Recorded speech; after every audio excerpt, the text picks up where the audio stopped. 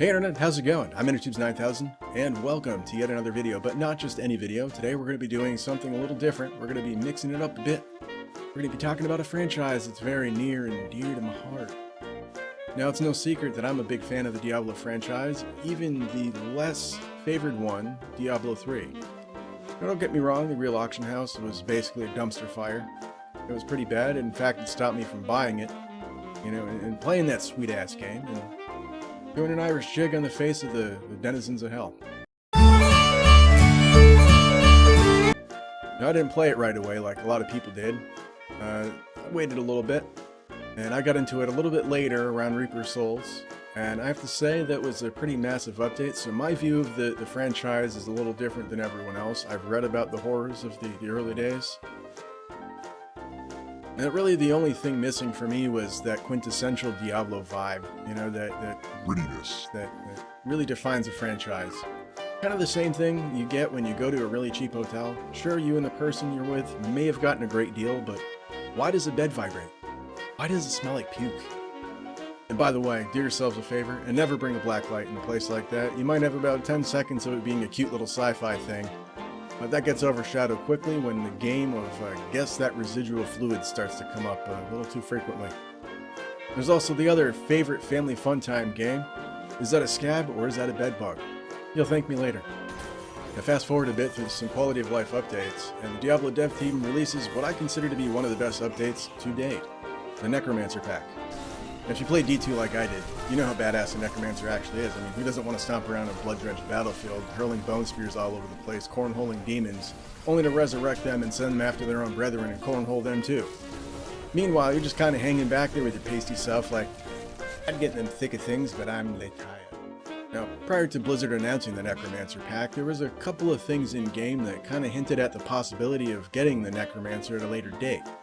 The obvious one would be Malthael and his control over death itself and his Reapers. I mean, he is the angel of death after all. They bring in these soul crucibles and just absorb the souls from everything and resurrect them as these zombies, aka people who attend VidCon.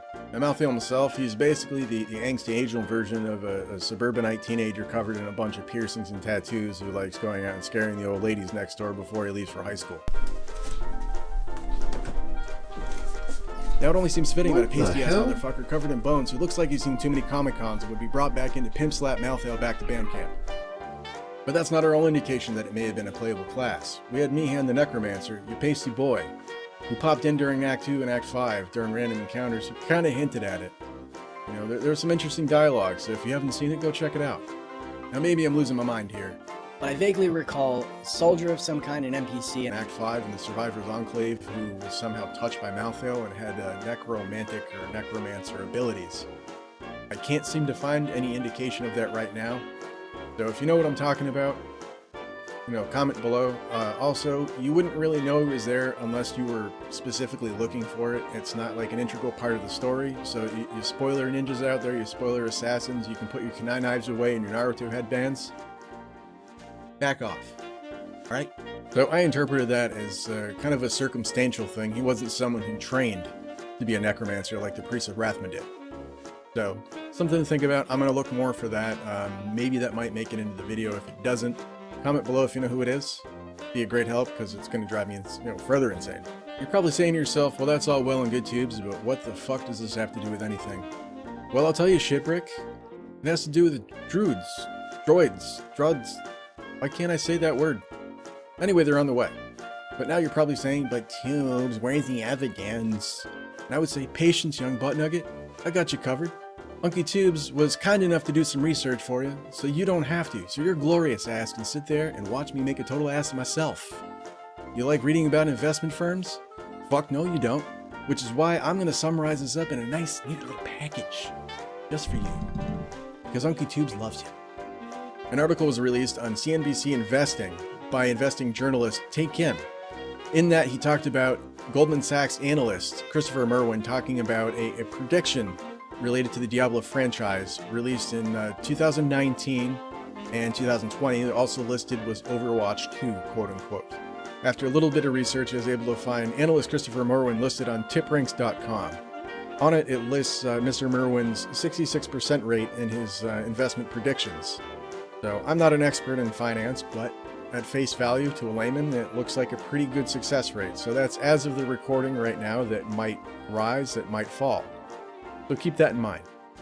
Now there's some speculation from the Diablo community and larger creators that this is Diablo 4. After some investigation on my own, I haven't been able to find any public information that indicates that this is indeed Diablo 4.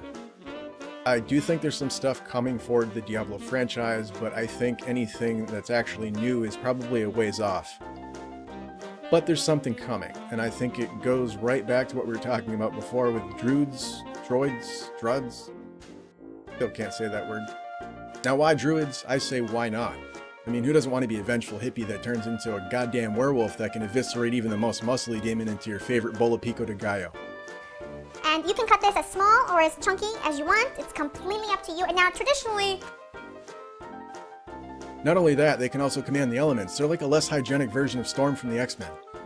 And if that weren't enough, they can bend nature to their will, controlling the spirits of annoying camping guests who complain the entire time about the lack of Starbucks. Yeah, we all know that guy. They also have a plethora of combat vines that can help them out too. Sorry, Paul Bros, it's not the vine you were on, but equally parasitic. Sound awesome? Fuck yeah, it does. Leaping Idiots high five with knees bent.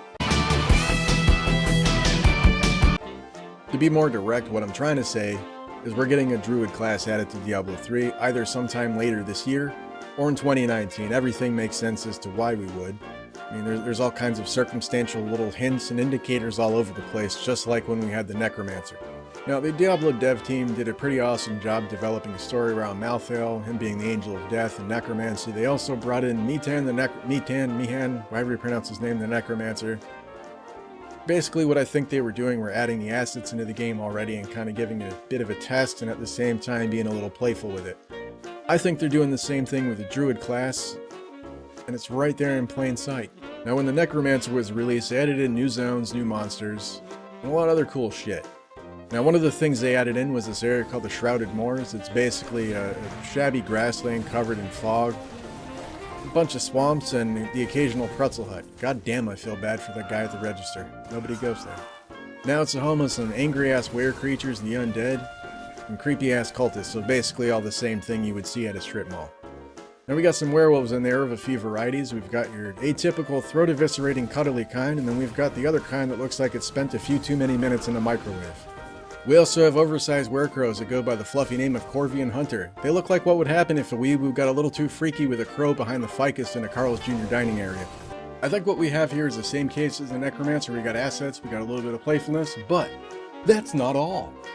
Now, looking at the bigger picture, I would say that a possible Druid class pack would just be a piece to the puzzle. Ladies and ghouls, I think what we have here is a possible Diablo 2 remaster. Now, if it's headed this way like I think it is, it'll probably drop around late 2019 or 2020. I can't say this is a definite, but all signs point to it. Two very big flaws, at least as far as I'm concerned, is just the oversimplification of the talent system, which is a little too similar to the current iteration of World of Warcraft. The other thing is the over-reliance in item sets. That was never really a thing in the Diablo franchise. It certainly gave you an edge, but it didn't make you an all-out demigod like it does currently. By far the biggest one for me is it didn't have that quintessential gritty vibe that I had associated with Diablo. Don't get me wrong, the game's absolutely gorgeous, it certainly has its creepy elements, but it didn't have that feeling of everything falling apart around you. Not like it did in Diablo 1 and Diablo 2. So as I said earlier, it appears to have been created more for people who play World of Warcraft. And, you know, I understand the development would be a little bit easier that way, but I think that separation between the universes is important. And I think that was a big misstep on part of the devs. I know a lot of the core players have left for other games like Path of Exile, so I feel like the dev team really needs to do something redeeming to bring them back. Also to kind of catch the attention of newer players who might be interested in the franchise. And for me, a Diablo 2 remaster is really the only thing they can do to transition from Diablo 3 over to the next Diablo that may be coming out at some point, which I estimate probably around 2020 or later. So what do you guys think about all this? Would you have fun playing a druid, controlling the elements, and being a fur-covered industrial shredder? I know I would. Does the idea of a Diablo 2 remaster excite you as much as it does me? Let me know in the comments below. Until next time, guys. See ya.